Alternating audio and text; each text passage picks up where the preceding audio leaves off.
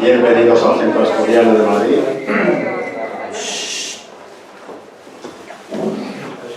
La casa regional más antigua del mundo.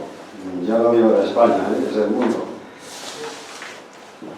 El día 2 de octubre, del próximo mes de octubre, cumplirá 136 años. Y lo primero quiero trasladaros el saludo al conferenciante y todos los presentes de nuestro presidente, que le tenemos por México, ya está a punto de regresar, creo que el fin de semana, pero quiere estar presente con ese saludo para todas las personas. Él, aun estando allí, siempre está pendiente de lo que ocurre aquí, y eso es bueno, que no se vaya, que no se marche allí y se olvide de que estamos aquí, porque igual no vuelve. Bien, el Centro Asturiano es una casa muy amante de la cultura, muy defensora de la cultura. Y cuando alguien nos ofrece cosas tan bonitas como, por ejemplo, ahora, José María, esto de este municipio que a lo mejor muchos no sabíamos, yo no lo sabía, me lo ha desvelado él, que tenemos posesiones en Francia. Pues naturalmente para mí me impactó y tenía muchas ganas de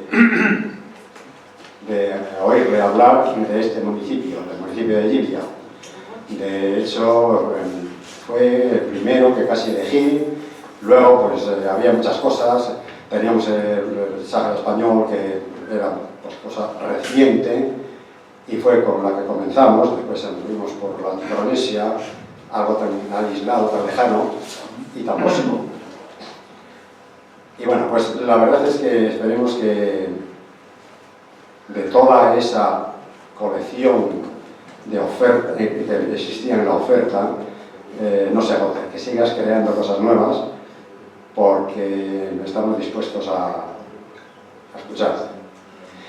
Bueno, voy a leer un pequeñísimo currículum del conferenciante, para la mayoría conocido. No voy a decir aquello de muy conocido, porque aquello de no, conocido. Y bueno, pues esto nos dice que es licenciado en Ciencias Económicas por la Universidad de Santiago de Compostela. Ha desarrollado su carrera profesional en el Grupo ALSA durante 36 años, que compaginó en algunos momentos con el ejercicio de su actividad como profesional independiente. Fue consejero nacional de Transportes Terrestres, vocal del Comité Nacional de Transportes por Carretera y también de otros organismos relacionados. Está en posesión de la medalla al mérito en el transporte de viajeros, encontrándose recientemente en situación de prejubilación. En el campo de sus actividades profesionales, fue socio fundador y primer presidente del Centro Asturiano de Valencia, donde tuve la suerte de conocerle. Igualmente es socio fundador y tesorero de la Asociación Ciudadanos por Asturias, vocal de la Asociación Cursos de la Granda, y colabora como socio con otras más, entre las que se encuentra la de Amigos del Museo Marítimo de Asturias, al que ha donado diverso material bibliográfico, editado y manuscrito, y el Centro Hijos de Chafarinas.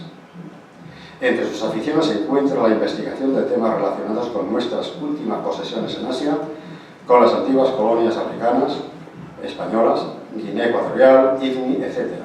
Las actuales plazas menores de soberanía, Islas Alhucemas, Peñón de Vélez, de La Gomera e Islas Chafarinas, y otros territorios que, aun siendo españoles, revisten determinadas peculiaridades territoriales, cual es el caso de las plazas de Olivenza, Badajoz, Llívia, Gerona,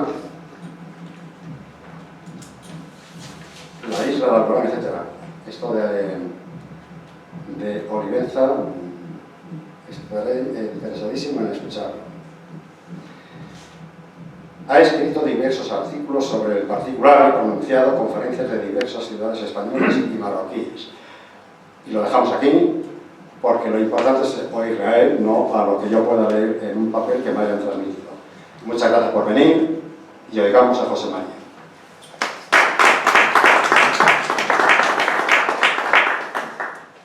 Muchas gracias, Andrés, por tu presentación, por tu introducción, y muchas gracias a todos ustedes por estar aquí, señoras, señores, amigas y amigos, por haber destinado una parte de su tiempo libre a asistir a esta charla. Que comenzamos ya indicando que Llivia es efectivamente un enclave español dentro de Francia, rodeado de tierra francesa. Un enclave no es extraño en la España peninsular, puesto que existen nada menos que 26 enclaves, que son ni más ni menos que territorios que administrativamente pertenecen a una provincia, pero que geográficamente están situados dentro de otra, generalmente colindante. En España, en la España peninsular, estos enclaves ascienden a un total de 26. Los hay de muy diferente superficie, desde los 341 kilómetros cuadrados de superficie que tiene el enclave de Ademuz, que lo es de la provincia de Valencia, en la de Teruel, y que cuenta con 7 municipios, hasta los 236 metros cuadrados que tiene el enclave de Sant Pere de Gaudescales, que lo es de la provincia de Barcelona, en la de Lérida, que por cierto está despoblado y en el que solamente hay una ermita. Probablemente el más conocido de todos ustedes sea el condado de Treviño, que lo es de la provincia de Burgos, en la de Álava, y que consta de 2 municipios que totalizan 221 kilómetros cuadrados de superficie. Hecha esta pequeña introducción, este pequeño comentario para situarnos en materia, vamos a empezar ya con Llivia. Aquí tenemos el mapa, no muy logrado por cierto, de la provincia de Gerona, en el cual vemos ahí al norte, precisamente, el enclave de Llivia, donde se aprecia ya una distancia, una franja respecto del resto del territorio nacional. También, si nos damos cuenta, más abajo, vemos otra manchita, que es ni más ni menos que un enclave de la provincia de Gerona en la de Lérida. Perdón, un enclave de la provincia de Gerona en la de Barcelona. Y que el enclave tiene por nombre Las Roviras del Baix y forma parte de un municipio cuyo resto está dentro del territorio geográfico de Gerona.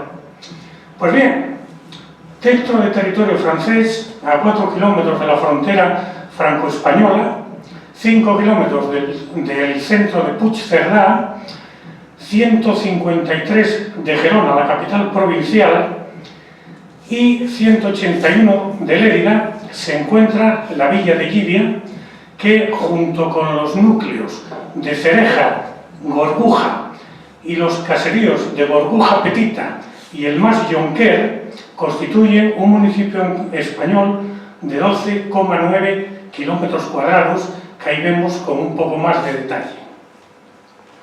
Consiguientemente, sus límites municipales son a la vez frontera entre España y Francia, entre un territorio español y un territorio francés. Frontera que está delimitada por un total de 41 mojones, aquí vemos uno de ellos, otro más, y estos dos están vistos desde la zona española, por eso aparece la L doble en la base del mojón, indicando que esa parte corresponde a España. No obstante la existencia de estos límites fronterizos, señalizados por los mojones, tanto españoles como franceses los han rebasado siempre sin tener prácticamente ningún problema y siempre con total libertad. Administrativamente, como hemos dicho, el enclave de Llivia pertenece a la provincia de Gerona, está situado en plena zona pirenaica, se encuentra a 1224 metros de altura sobre el nivel del mar. En España, desde 1870, la altura se mide sobre el nivel medio del mar Mediterráneo en Alicante, por ser este el puerto donde menor variación tiene la pleamar y la bajamar. El primer hito que se señaló con este método fue el primer escalón del Ayuntamiento de Alicante, el primer escalón interior, que tiene una altura de 3,41 metros sobre el nivel del mar. Judicialmente, Llívia pertenece al partido judicial de Puigcerdá. Aproximadamente el 50% de su superficie se destina a la explotación agrícola y forestal.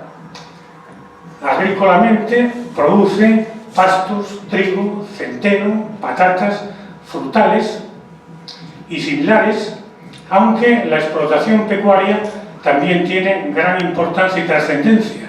De hecho, en el año 2016 estaban censadas 817 cabezas de ganado de pasto, que para un territorio tan pequeño, que además tiene otras fuentes económicas, no es deseable. Aquí tenemos un caso de plantación comunal en el municipio colindante, por lo tanto francés, de Estavar, que explotan conjuntamente ambos municipios y que es un ejemplo de las buenas relaciones existentes con sus vecinos. Precisamente el hecho de que Llívia sea un enclave y se encuentre enclavada dentro del territorio francés, hay ciertas peculiaridades derivadas de comunicaciones terrestres, aprovechamientos y derechos de pasto, de aprovechamiento forestal y de aguas. Aquí vemos cómo fuera del término municipal de Llívia, aislado del territorio español, tenemos una zona de pastos a los cuales tiene acceso la población de Llívia, los ganaderos de Llívia, a través de unas servidumbres de paso a llevar sus ganados a pastar. Bien es cierto que una parte de estos pastos fueron desapareciendo como consecuencia de que en el año 1904 se comenzó la construcción de un embalse del que luego hablaremos, pero aún así existen derechos de pasto y forestales en las localidades de Volquera, por ejemplo la localidad de Volquera, que es la que vemos aquí, y en una estampa invernal en este momento. Como decía, grandes superficies de pasto desaparecieron en el año 1904 como consecuencia de la construcción del pantano de la Bollosa, que tiene 149 hectáreas de superficie y que fue construido tanto para regular la corriente del río Grava como para fabricar, convertir la energía hidráulica en eléctrica y suministrar fluido al tren amarillo, del cual hablaremos más tarde.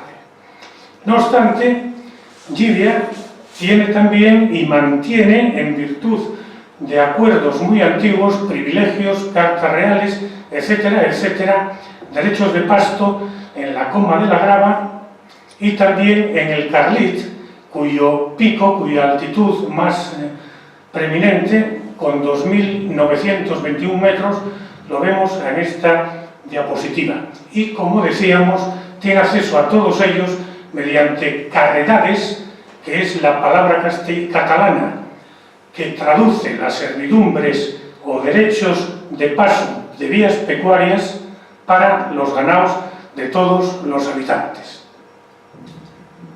Pues bien, vista someramente qué es Llívia, vamos a empezar a determinar cómo se llegó a esta peculiar situación. Tenemos que remontarnos a Carlos I de España y V de Alemania, el cual en 1528 concedió a Llívia la categoría de villa, que es una calificación intermedia entre pueblo o villaje y ciudad.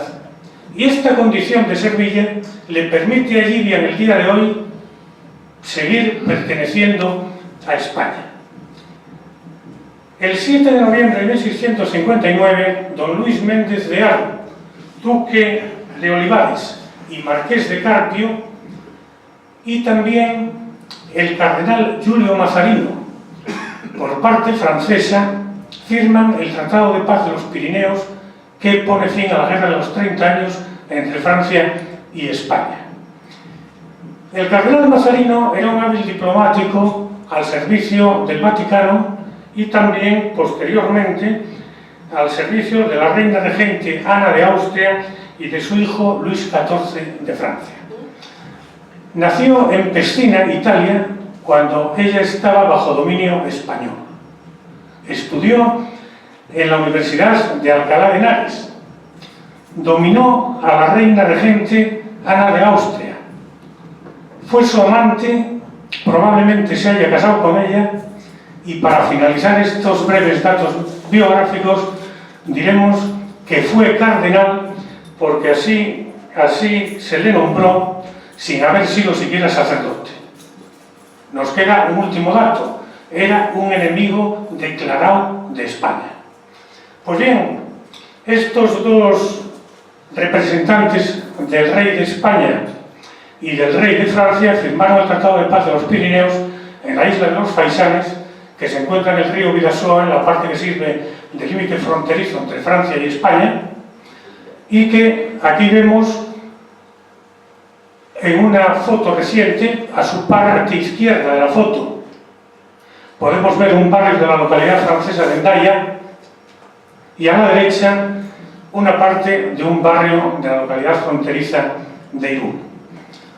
Por este tratado, Francia devolvía a España diferentes territorios y plazas fuertes que había ocupado en Flandes, y por su parte, España se obligaba a ceder a Francia diferentes condados como eran el Rosellón, Capcir, Vallespir y Conflent, y también una parte importante de la Cerdaña.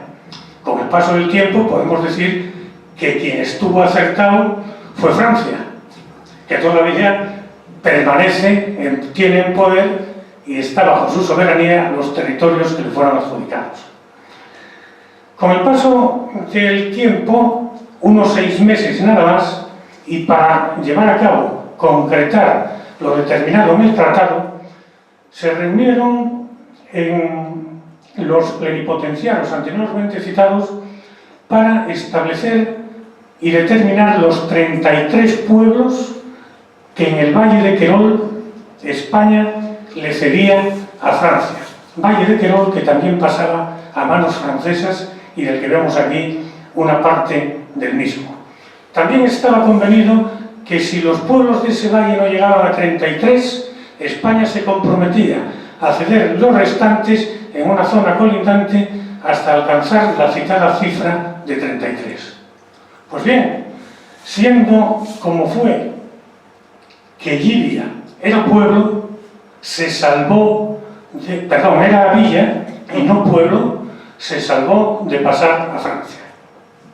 Los plenipotenciarios, en el Tratado de Llivia de 12 de noviembre de 1660, en el que actuó por parte española don Miguel de Salván y de Valgornera en representación de Felipe IV de España, y en representación de Luis XIV de Francia, el obispo de Orange, que a la sazón era Jacinto Seroni, firmaron el acuerdo y Llivia quedó en España, con unas condiciones que ya veremos, pero así quedó.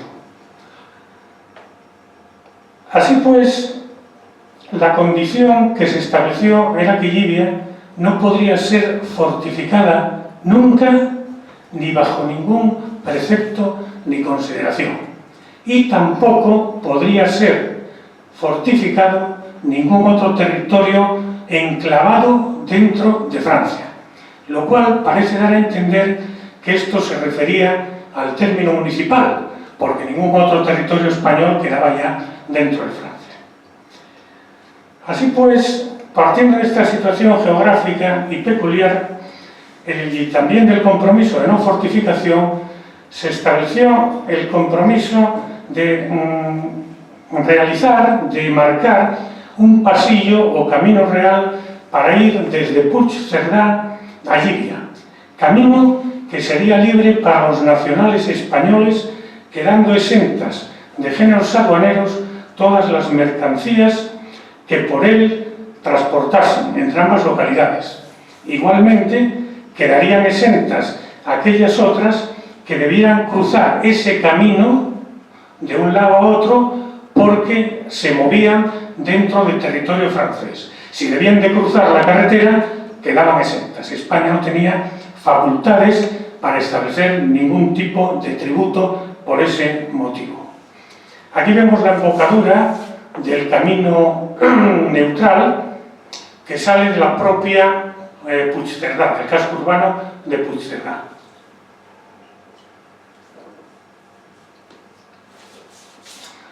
En la parte más próxima a España, es decir, en Puigcerdá, los límites quedaron establecidos en la mediana del río Raúl, que es este que vemos aquí, en la parte que sirve de frontera, en la mitad del llamado Puente de Llívia, que aún existe, aunque solo tiene el uso de dar servicio a un caserío francés. Aquí vemos el hito 477 de la frontera hispano-francesa, que está en un pretil del puente. Como decíamos, el puente no tiene más uso que dar paso a un caserío francés. Esta vista está tomada ya desde la parte francesa, puesto que el puente queda al fondo de la fotografía, y quedó sin servicio porque se construyó otro puente más moderno que además salvaría la traza del tren amarillo. Este es el nuevo puente, y también salvaría el paso de una carretera francesa. La traza del tren amarillo, que aquí la vemos al lado del puente, es un ferrocarril de vía métrica, eléctrico, y que curiosamente no se alimenta por catenaria, sino que se alimenta por un tercer carril, que es el que vemos sobreelevado a la derecha de la fotografía. Pues bien, vamos a dar un pequeño salto en el tiempo y vamos a situarnos ya en el siglo XX. La Guerra Civil Española prácticamente no tuvo incidencia en Llívia. Se mantuvo fiel a la República, no sufrió ni campañas ni bombardeos por razones obvias, aunque la violencia sectaria sí ocasionó algunas quemas y destrucciones de obras de arte, como fue el retablo de la iglesia de Nuestra Señora de los Ángeles, que era del año 1703. Por lo tanto, eso fue lo que hubo, y poco más, hechos similares, análogos, que sean dignos de consideración. En febrero de 1939, casi al final de la guerra, el general Franco pidió permiso para acceder a Llívia y que las tropas pasasen por el camino neutral, cosa que hicieron, vigilados por los gendarmes franceses, y llegaron a Llívia sin encontrar ningún tipo de resistencia.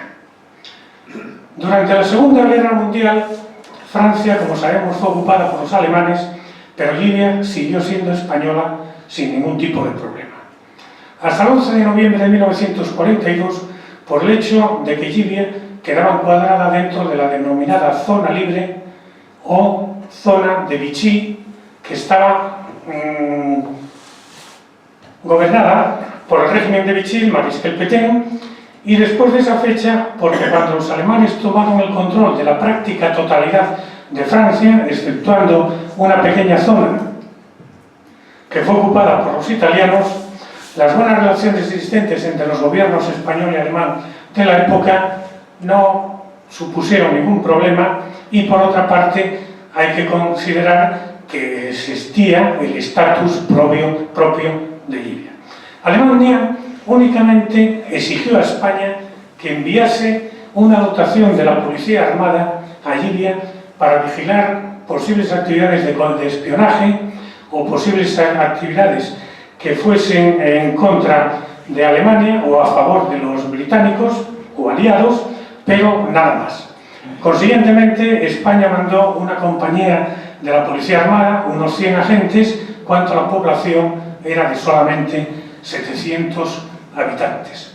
Aquí llama la atención que sea la Policía Armada la que hayan enviado, porque al ser Llívia una demarcación rural, correspondería a la Guardia Civil las misiones de seguridad. Después de la liberación de Francia, en 1943, Llívia es declarada zona intervenida. Por ello se necesita un permiso especial para entrar, y según la normativa no pueden abrirse comercios locales, establecimientos comerciales, campings, etc.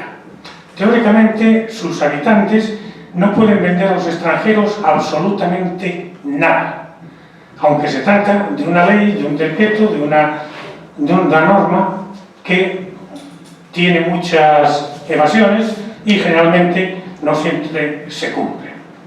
De todo ello deriva que en un momento de la posguerra se pretendía evitar el tránsito fraudulento de mercancías hacia Francia, aunque buenos estábamos aquí como para exportar mercancías. Tal situación de limitación a las actividades económicas aún persistía, aunque muy edulcorada y muy suavizada y mitigada en el año 1975. En cualquier caso, de jure, de derecho, estaba y está claro que Llivia era y es española. Aunque es cierto que al final de la Segunda Guerra Mundial, Francia intentó abolir el estatus, cosa que no consiguió, y también pretendió cambiar los derechos que tenía en Andorra y que entiendo que se circunscribía a la condición de que el presidente de la República es copríncipe de Andorra, por el terreno de Llivia. Esta propuesta, si se llevó a cabo, como vemos, no tuvo absolutamente ningún recorrido.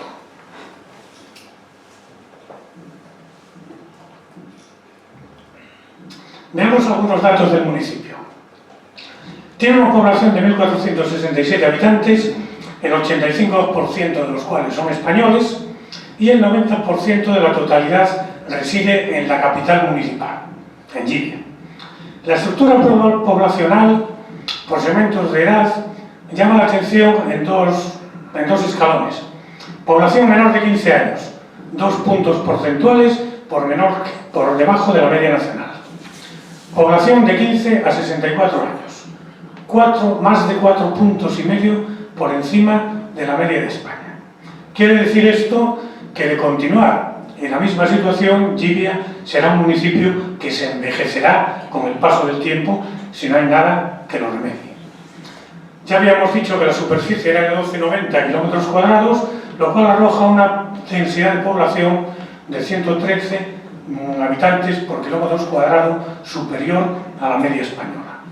En 2015 tenía 1.240 vehículos en su parque, que es una cantidad importante para un municipio de esta población, y la deuda municipal por habitante era en 2016 371 euros per cápita, unos 550.000 euros, cantidad que, viendo las deudas que tienen municipios similares, no es elevada ni muchísimo menos.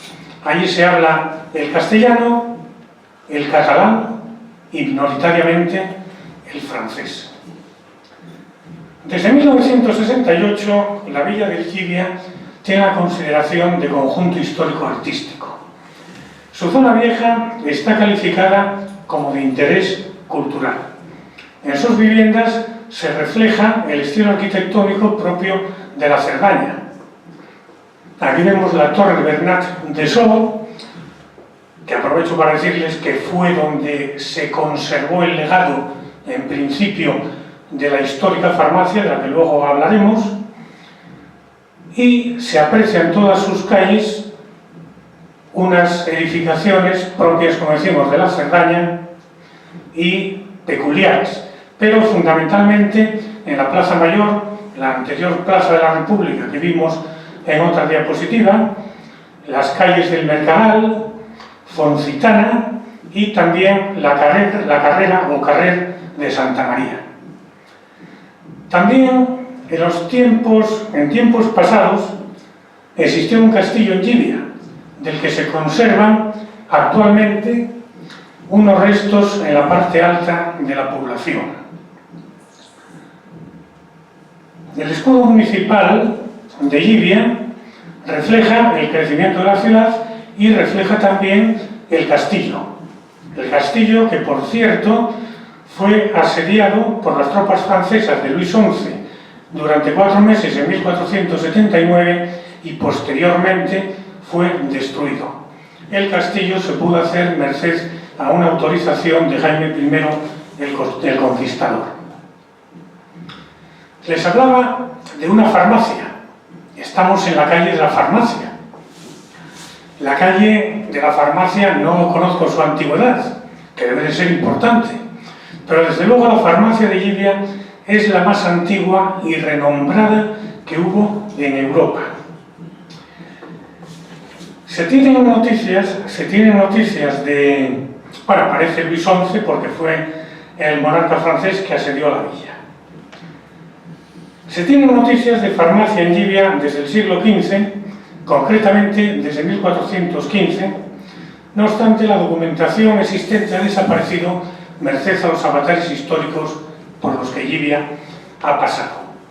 No obstante, la documentación que existe se remonta al año 1594 y se refiere a que el protomedicato de Cataluña prohíbe a Jaume Jaime Bossan el ejercicio de la actividad derivada de la gerencia de la farmacia por no disponer del correspondiente título habilitante. El protomedicato era un cuerpo técnico que tenía como misión vigilar las condiciones en que se desempeñaban las profesiones sanitarias y también extender los correspondientes títulos habilitantes para las mismas. Esta farmacia Esteva, de la que, como digo, se tienen noticias desde el siglo XV,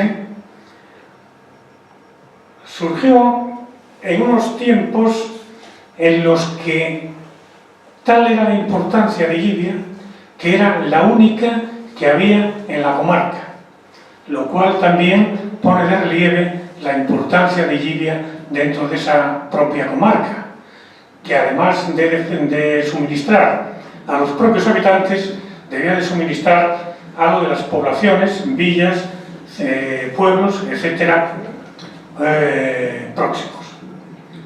Jaume Esteva Sala, que es este señor, es el primer farmacéutico de la saga del que se tienen noticias. Jaume Esteva, genealógicamente, era nieto de don Jaume Sala. Jaume Sala dejó en testamento a su hija Estefanía la farmacia.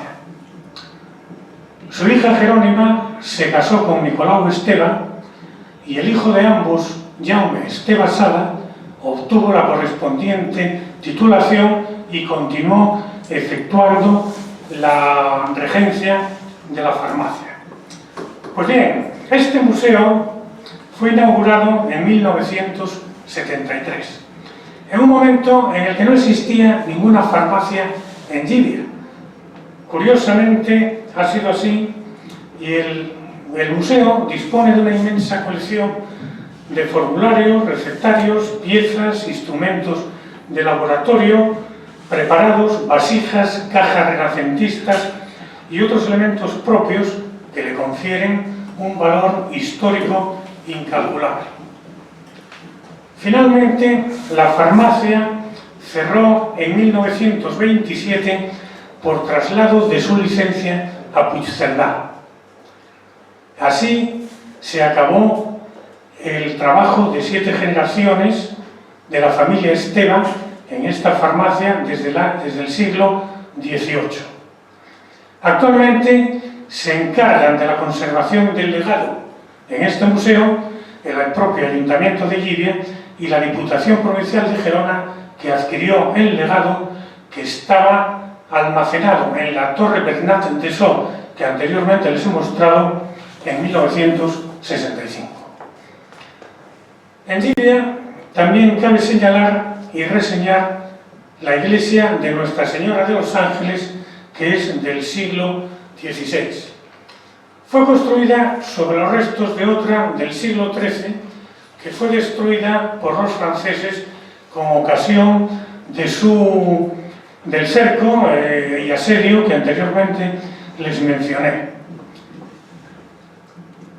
Es de estilo renacentista y tiene una característica, que es que su portada principal está adornada con hierro forjado, lo cual también lo tiene la puerta secundaria, que sin embargo ya es de una época posterior, porque es del año 1617, como ven ustedes en la propia parte superior de la puerta.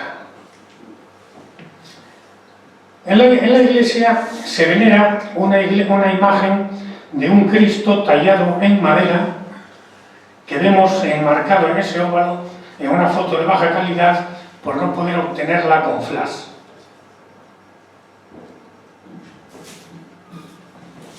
Se estima que el Cristo es del siglo XIII, es decir, de la época de la construcción de la iglesia primitiva, y se le atribuye la condición de ser protector de los arrieros españoles y franceses que constituían y llevaban a cabo el tráfico de mercancías entre Francia y España en la época. También cuenta Llívia entre su patrimonio, y donada por el emperador Carlos I de España y V de Alemania, que fue quien le concedió el título de villa a Llívia, de una capa pluvial y dalmática, que no es precisamente la que tenemos en pantalla, sino que la pongo ahí para que vean exactamente cómo es una capa pluvial y dalmática, que es una vestidura litúrgica cristiana actualmente en desuso, pero que anteriormente venía siendo utilizada por diáconos y subdiáconos. Consta o tiene unas aberturas laterales, es como una capa corta, y además sobre los hombros tiene unas piezas laterales que cubren los hombros y una parte de los brazos de quien la usa. La iglesia de Nuestra Señora de los Ángeles cuenta con 5 capillas en cada lateral y tiene la característica de que tanto sus escalones de acceso como la parte central de la misma tiene en el suelo unas rosetas con inscripciones grabadas en los mismos. Desde 1982, cada año, en el mes de agosto, se celebra en ella el Festival de Música, que se complementa con el Festival de Invierno en el mes de diciembre y constituye uno de los principales reclamos culturales de Llívia. Por allí han pasado numerosas personalidades, digamos, de la música.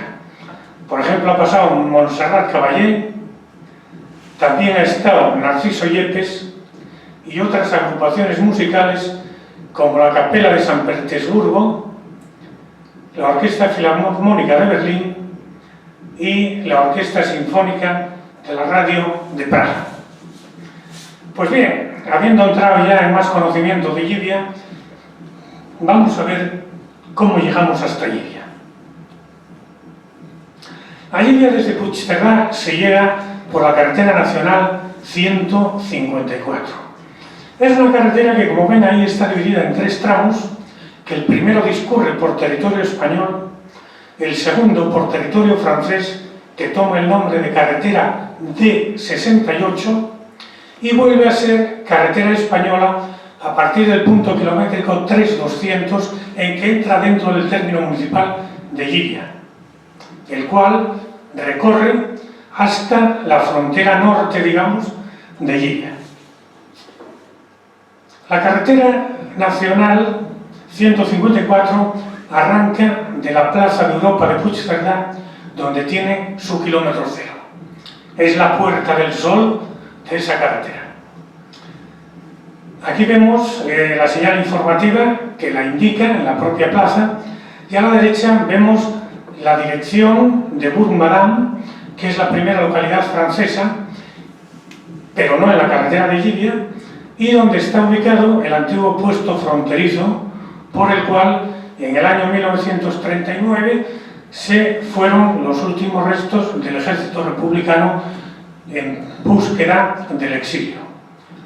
Pues bien, este es el inicio de la carretera nacional 154, que continúa dentro del casco urbano de Puigcerdá. Aquí vemos ya al final la señalización de término del casco urbano. Sigue adelante por terreno español, vemos la señal, el hito del punto kilométrico 100. El final del término municipal de Puigcerdá en el que lógicamente ya se acaba esa parte del territorio nacional. Y es precisamente en la mitad del nuevo puente sobre el río Raúd, donde señala la flecha, donde actualmente está establecida la frontera, el límite fronterizo entre España y Francia. Punto kilométrico 1,480. A partir de ahí ya es una carretera francesa y las cunetas ya son francesas. La carretera es de consideración, competencias francesas, pero a la vez es un camino neutral para los españoles que transiten por ella. Sigue adelante la D68, la señalización tiene leyendas en francés, hasta que llegamos a un tótem en el punto kilométrico 3200, que nos dice «Benvinguts a l'enclavament de Llívia», bienvenidos al enclave de Llívia.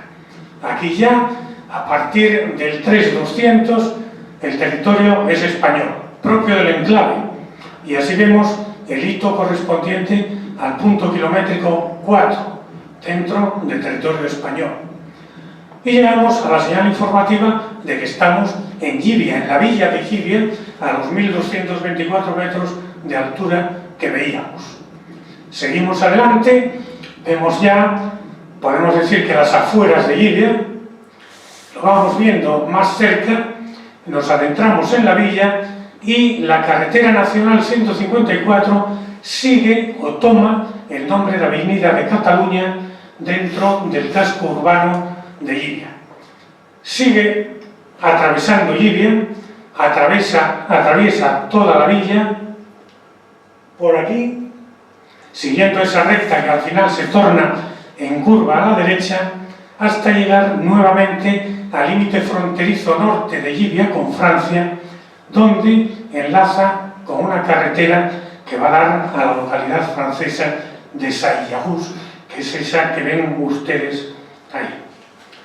Tengo que decirles que cada país es responsable de la conservación, mantenimiento de cada tramo de carretera.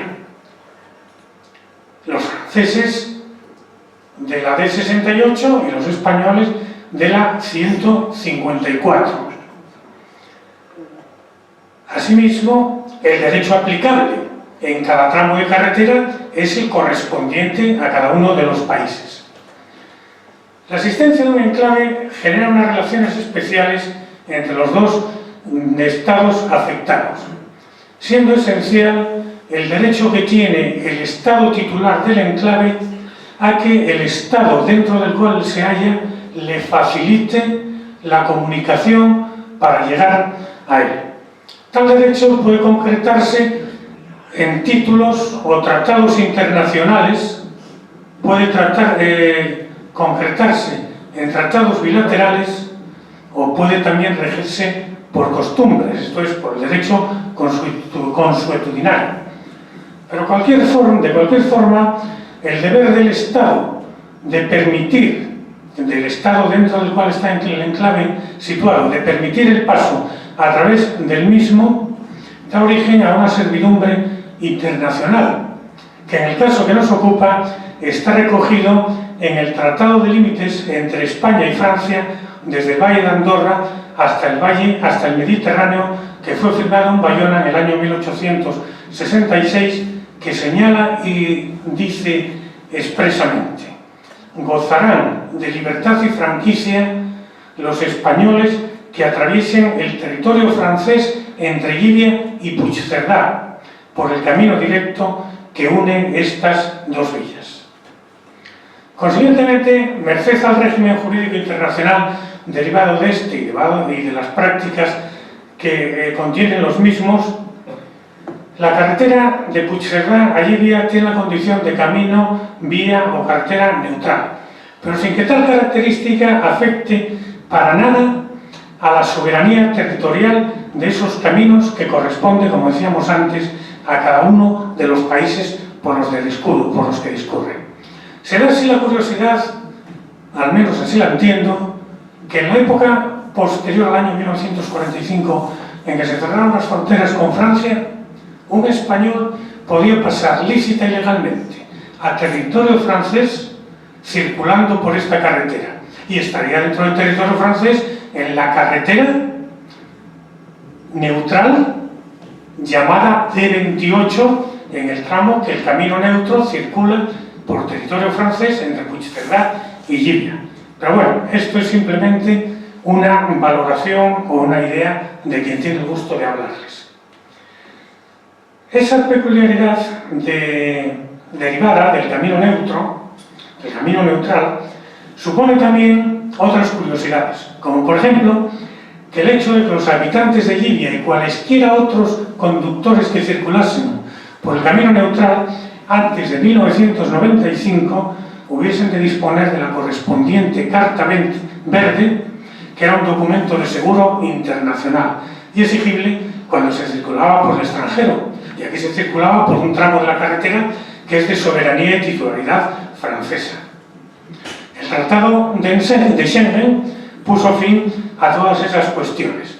También quedó fuera de servicio un pequeño puesto no aduanero, pero sí de vigilancia que había en el puente sobre el río Raúl. En los primeros años 70 se desencadenaron diversos incidentes como consecuencia de la construcción de dos carreteras francesas que cruzaban el camino neutral y que impedían la preferencia de quienes circulaban por el camino neutral. Esta carretera, la primera, la más próxima a España, la de Bourg-Madame a Our, y esta otra de Caldeques a Our, tenían preferencia, les dio el Estado francés preferencia sobre la española. Eso ocasionó lo que se llamaba la Guerra de los Stocks, puesto que los llivienses, en una interpretación muy literal, pero ajustada a derecho de lo que era la libre circulación, arrancaban las señalizaciones de stop, que posteriormente eran repuestas. Esto terminó cuando el Estado español construyó un puente, que fue el que vimos, el nuevo puente sobre el río Raúl, y eliminó consiguientemente el cruce a nivel sobre la carretera de Madambourg a Our. Pero todavía subsistía otro cruce que se consiguió que en el año 80 las autoridades francesas estableciesen un stop para quienes circulaban de Caldeques a Our. Todo ello se terminó cuando por fin se hizo una rotonda en la cual, y como consecuencia de las normas de tráfico, se estableció la señal de ceda al paso que lo confiere a quien circula por una rotonda.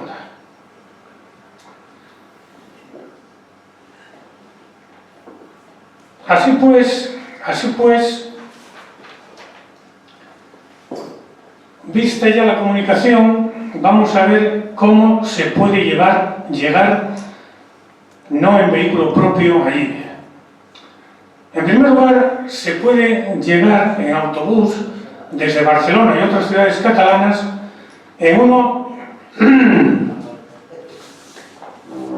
de los autocares de la empresa que ven aquí, que todos ustedes conocerán, que une diariamente Llívia con otras localidades francesas. Por otra parte, entre Llívia y Puigcerdá, dentro del territorio francés, circula el llamado tren amarillo, del cual les he hablado anteriormente. Y también hablaremos con posterioridad. Existen las carreteras que les mencionaba, de Bourg-Madame a Our y de Caldeques a Our. Y también al norte de Llívia hay carreteras a Estavar y Saillagús. Antes les he hablado que el camino neutral terminaba en el límite norte de Llívia y daba servicio a la localidad de Saillagús. También desde territorio francés se puede llegar a Llívia utilizando la frontera de Bourg-Madame anteriormente a que fuese inactivada, que fuese desactivada como consecuencia del Tratado del Schengen. Por ferrocarril desde Francia se puede llegar a la estación de la Tour de Carol, que es una peculiar estación puesto que en ella confluyen ferrocarriles de 3 anchos de vía. En primer lugar, el ferrocarril SNCF francés de ancho internacional, el ferrocarril también francés y de SNCF del tren amarillo de trazado métrico y finalmente el ferrocarril de Renfe de ancho ibérico, como todos ustedes conocen. Cada uno de ellos tiene una diferente toma de tensión y un diferente voltaje. El tren, también hubo algún intento de prolongar la línea de tren cremallera de Ribes a Núria, de Ribes de Freser a Núria, de prolongarlo hasta la estación de la Tour de Carol y de allí conectar con el tren amarillo, cuyo recorrido es el que ven aquí desde Querol, desde la Tour de Querol a Villafranca de Conflent, y construir en las inmediaciones de Llivia, por el sur o por el este, un ramal que llegase al enclave. No obstante, nunca se llegó a profundizar en esa idea a causa de la fuerte inversión y del costo tanto técnico como económico que ello entrañaba. Por otra parte, la débil rentabilidad económica y social que se esperaba también fue un factor determinante para el abandono de la idea. Así, la estación más próxima a Llivia de este ferrocarril amarillo, del tren amarillo, es la estación de Estavar, situada a 1,8 kilómetros de la villa de Llivia.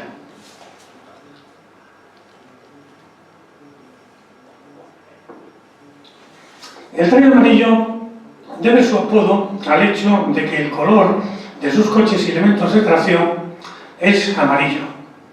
Asimismo, lleva unos ribetes de color sangre en alusión a la bandera catalana.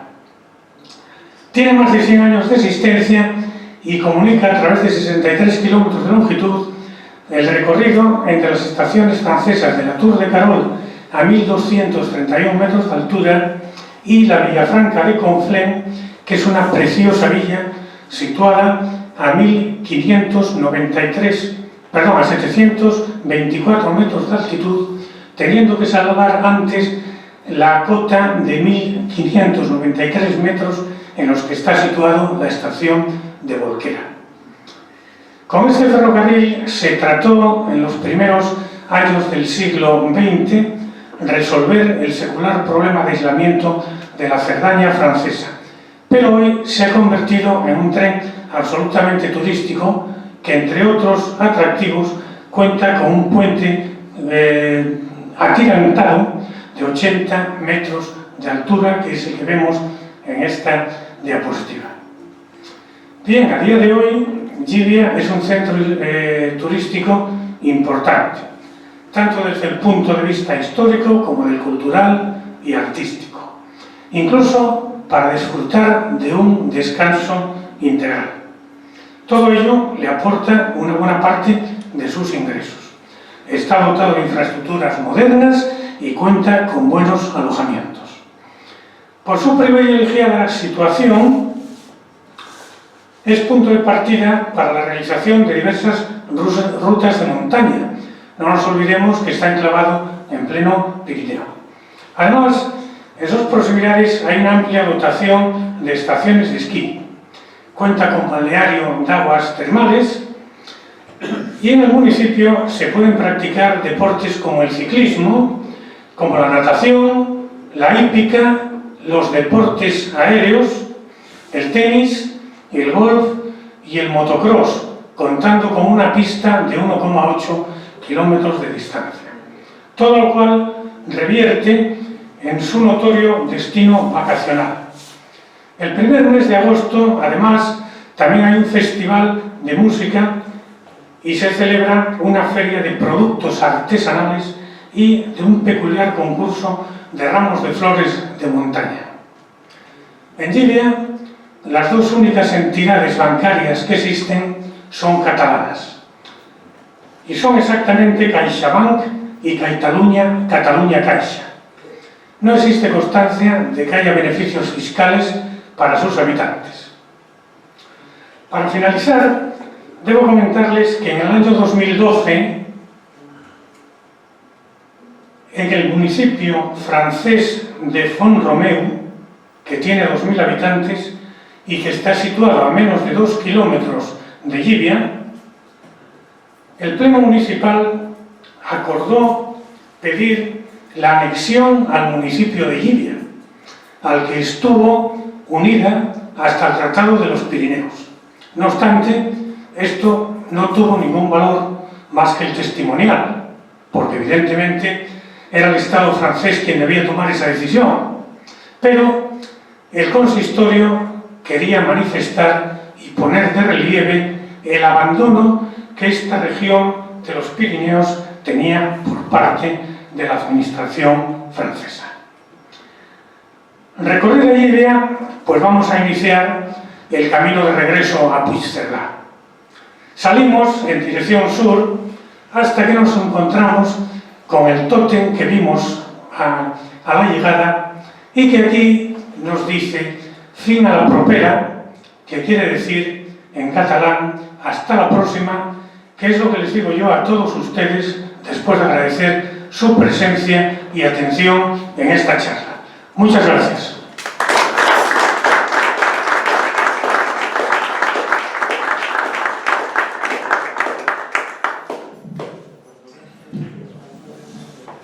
Gracias, José María, gracias a ti. Hemos estado encantados. Yo no sé si alguien quiere preguntar alguna cosa. Supongo que él estará dispuesto a contestarlo. Yo he llegado desde Barcelona a Puigcerdá porque íbamos Paseo Urgel, pero Paseo Urgel no tenía tren. Entonces íbamos desde Guadalajara, Barcelona, Puigcerdá. Allí nos recogían los autocares y nos llevaban hasta Paseo Urgel. Bien, efectivamente hay una línea de cercanías, Rodalís, que llaman en Cataluña, de Renfe, que circula no solo hasta Puigcerdá, sino que circula hasta la Tour de Carol, como hemos visto anteriormente, y que traspasa lógicamente la línea fronteriza, pero indudablemente para llegar a Llivia hay que desplazarse por otros medios, bien desde la Tour de Carol o bien desde Puigcerdá. No hay otra solución. Desde la Tour de Carol tendrá usted 7,5 kilómetros y desde Puigcerdá 5 kilómetros. Como hemos visto, las posibilidades, las ideas que ha habido de hacer un enlace ferroviario, pues no llegaron a buen término. Luego la vuelta, claro, se dejó el pertenece a Leria. Pero entonces ya por carretera íbamos a Leria. Bueno, la Segurgiel efectivamente pertenece a la provincia de Lleida, ya está bastante alejada, porque además está en la frontera con Andorra. Es una de las fronteras sur de Andorra, generalmente la más utilizada. Me parece que son 10 kilómetros. Sí. El río Valira. Sí, efectivamente. Que es donde se junta con el Segre. Exactamente, así es. Hombre, indudablemente es interesante conocer la villa. Está cargada de historia, cargada de temas curiosos, peculiares, y evidentemente no deja de ser algo que tenemos ahí. Y yo no conozco otro caso, salvo lo que creo que se llaman perienclaves, que son países que están rodeados de otro país, como es por ejemplo la República de San Marino en Italia. Pero casos de municipios, de porciones que estén enclavados dentro de otro país, no conozco ningún otro.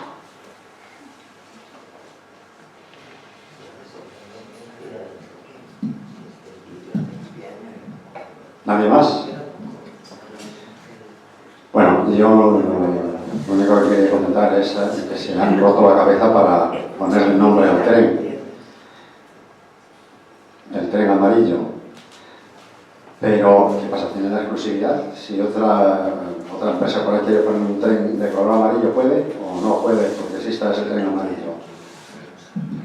Bueno, vamos a ver. El tren amarillo, tren Groc en francés, es SNCF, correspondiente al Servicio Nacional Francés de Ferrocarril, la Renfe francesa. Indudablemente pienso que después de más de 100 años tendrá el nombre perfectamente registrado. Si no lo hizo en el principio, en 1904, lo habrá hecho después, porque en aquella época no había, en primer lugar, el problema de que se apropiasen de nombres comerciales, y en segundo lugar, porque no se miraban estos aspectos. Yo creo que efectivamente el tren Groc, el tren amarillo, estará perfecta y debidamente registrado.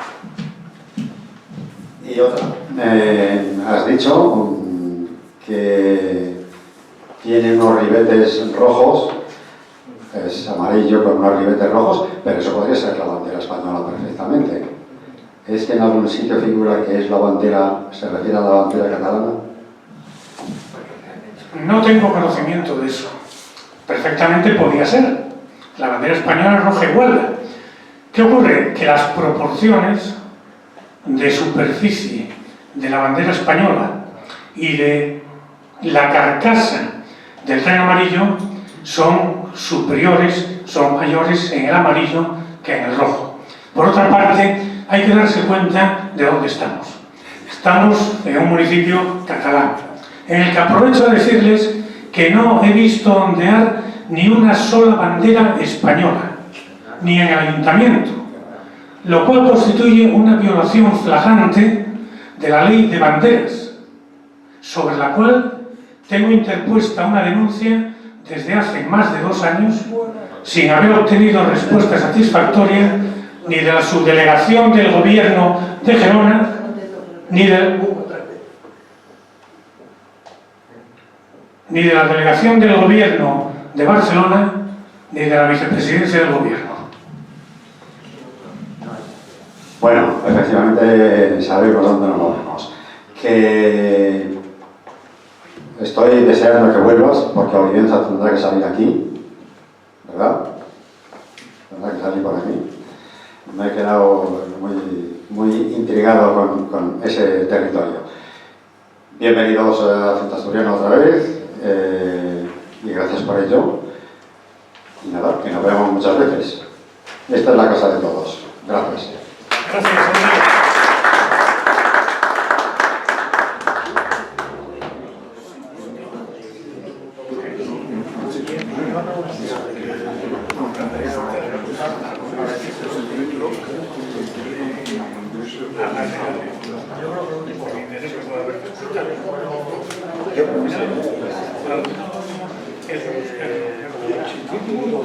Yo